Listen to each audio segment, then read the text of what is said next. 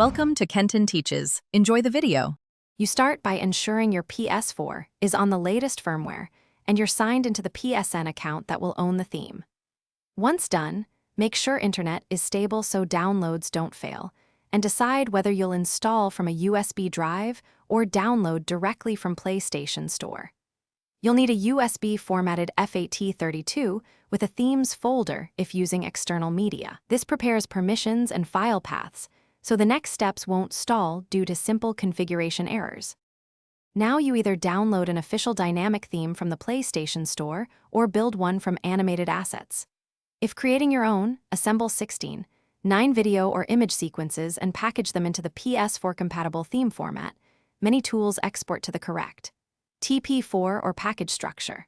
Once packaged, place the file in /ps4/themes on your FAT32 USB, or if downloaded, go to your library purchased. This step ensures files are recognizable by the console. Finally, install the theme by going to Settings, then Themes, choose the new item and apply it. You'll see the animated background and any audio. If the theme doesn't appear, restart the Ps4 and check USB path formatting. Reformat the drive to FAT32 and retry. If animations stutter, reduce video resolution or re-encode using constant bitrate settings and repackage. One key troubleshooting tip: if installation fails repeatedly, rebuild the theme package with validated metadata and try again.